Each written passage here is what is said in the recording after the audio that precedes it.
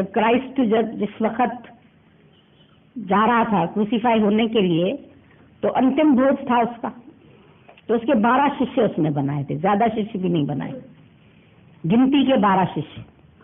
उन 12 ही शिष्यों को बोला तुम आओ मेरे साथ भोजन करना।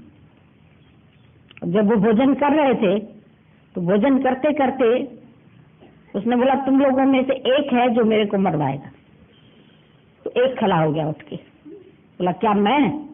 बोला हाँ तू। क्यों खड़ा हुआ? चोर के दाढ़ी में तिनका। फिर जिस वक्त भोजन खत्म हुआ तो उसने सबके पैर छुए, सब शिष्यों के पैर छुए। तो शिष्य कहने लगे भाई गुरु और हमारा पैर छुए, ये तो उल्टी गंगा है। बोला ये आप क्या कर रहे हैं, आप हमारे चरण मत छुइए। बोला एक शिक्षा दे रहा हूँ। बोला अब क्या शिक्षा दे रहा? बोला आज दिन तक भी तुम सोच रहे थे कि तुम झुके हुए हो मेरे आगे, पर अब तक भी मैं ही झुक के तुमको बना रहा था।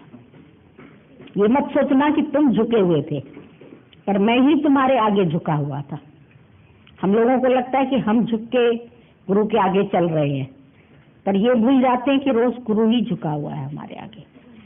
वही मिटता है, वही हमारे अहंकार को सहता है, वही हमारी गलतियों को सहता है, वही हमारे बातों को सहन करता है, हमारे अज्ञान को सहता।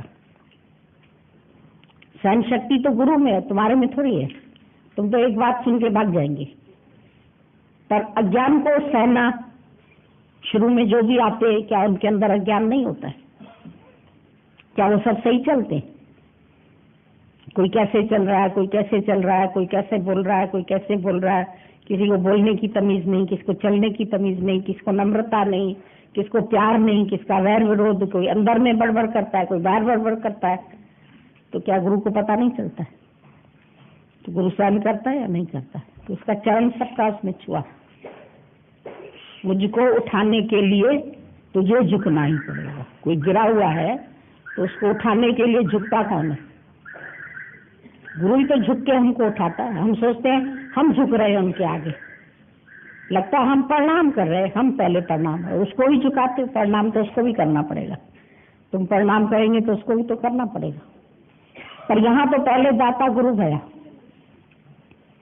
पहले दाता गुरु भया जो देवे ब्रह्म ज्ञान, पीछे दाता शिष्य भया जो अर्पे तन मन प्राण। ये ब्रह्म ज्ञान देने के लिए पहले क्रूसीफाई होना पड़ता है। क्राइस्ट को क्रूसीफाई होना पड़ा ना, किसने किया? किया तो शिष्यों ने, उसी ने चुगली जाके खाई कि ये अपने को भगवान बोलता है। तो जो नजदीक रहते हैं वही तो फिर चुगली भी करते हैं। चुगली लगाने वाले कौन होते? जो ज्यादा जानते, वही जहर भी बोलते। ऋषि दयानंद को शीशा किसने पिलाया? शिष्यों ने पिलाया। भोजन में शीशा मिला के नौकर ने उसको पिला दिया था। तो उसको पता लग गया, उसने उसको एकदम बुलाया, बोला इधर आओ। नौकर को बोला मुझे पता लग गया है तुमने मुझे शीशा पिलाया है, क्योंकि अंदर जैसे ही खाना खाया उसको मरोड़ पड़ने लगे पेट में। तो खाना तो नौकर नहीं बनाया था, उसको बुला लिया।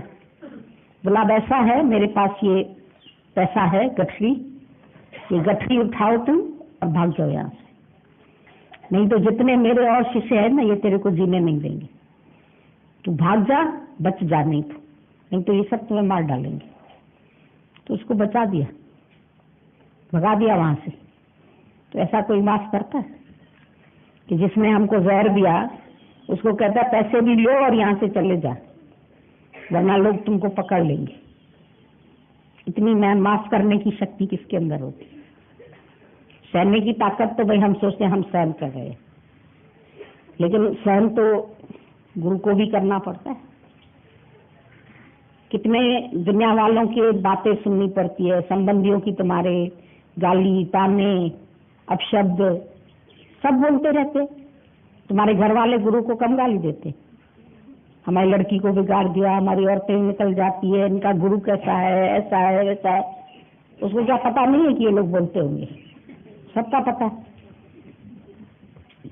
ठीक है, कहते हैं तो कहने के हिसाब किताब इस शरीर का।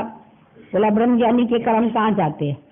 किसी ने पूछा ज्ञान से पहले के जो भी कर्म होते हैं अच्छे या बुरे, बोला जो बुरे कर्म होते हैं तो निंदक ले जाते हैं और जो अच्छे कर्मों का फल होता है वो प्रशंसक ले जाते हैं। ज्ञानी खाली हो गया, उसके दोनों कर्म चले गए। प्रशंसा करने वालों ने अच्छे कर्मों का फल ले लिया और निंदा करने वालों ने बुरे कर्मों का फल ले लिया। ज्ञानी तो खाली हो गया ना। तो जो तुम्हारा कचरा ले जाए तो वो अच्छा है कि बुरा है? ले जाता है तो ले जाने दो, गाली देते हैं देने दो, अपमान करते हैं तो करने दो। झोलिए पाए मुंह जलिया गाय बटे के दे।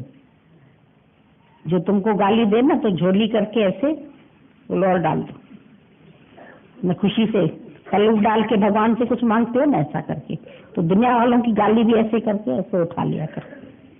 प्रसाद समझ के उसको स्वीकार करना सीखो। जब तक स्वीकार करने की ताकत नहीं आएगी तो बढ़ नहीं पाओगे।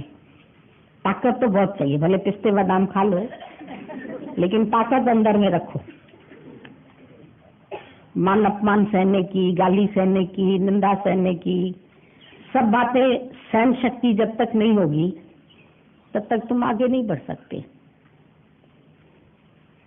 फिटनालत जाफला संतन खुशी सांझल्या, जो होली जलती है फिर उसमें लोहड़ी जलती है, उसमें तुम फुल्ले बनाते हैं ना उसके मकई के, वो तुम कितने खुशी से उठाते हैं ऐसे। तो ज्ञानी फिटनालत के फुल्ले लेता है, लाओ जल्दी हमारी झोली में डालो, और खुशी से वो खा जाता है। खाते हो लिया फुल्ले, खाते हो नहीं खाते हो? तो फिटनालत भी मिले दुनिया से, तुम अच्छे काम करोगे और मिलेगी फिटनालत, ये बता देते। अच्छे काम करने वालों को टीका नहीं लगता इधर। ये तिलक की उम्मीद मत रखना दुनिया वालों से कि तुमको टीका मिलेगा, हार मिलेगा। हार में क्या होता है? हार छिपी है। तुम समझते फूलों का हार है, फूलों का हार नहीं है, वो बता रहे तेरी हार हो गई। तेरा अहंकार हारता है सबके आगे। अहंकार जाएगा कैसे? ऐसे ही तो जाएगा, इसको कूटा जाएगा, सारी दुनिया कूटेगी तब ये अहंकार जाएगा। ये अहंकार कोई ऐसा वैसा दुश्मन तो है नहीं कि आसानी से चला जाएगा, थोड़ा सा ज्ञान सुन के चला जाएगा। जब इसको सारी दुनिया पत्थर मारेगी, बूंदे लगाएगी, गाली देगी, अपमान करेगी, तब जाके तेरा अहंकार जाएगा। नहीं तो ये अहंकार तो बढ़ता है। गुरु भी कहता है तू कितना अच्छा जिज्ञासु है, तूने मेरा ये भी काम कर दिया। तुम 99% प्रशंसकों को प्यार करते हैं, नहीं निंदकों को नहीं करते, पर 99% प्यार निंदक को करो, 1% प्रशंसा वालों को। रेशियो जो है ना चेंज कर लो, उनको ज्यादा प्यार करो। निंदा हमारी जो करे मित्र हमारा सो, वो तुम्हारे मित्र है, वो अच्छे हैं। अपने मन को जहर पीने की आदत डाल दो।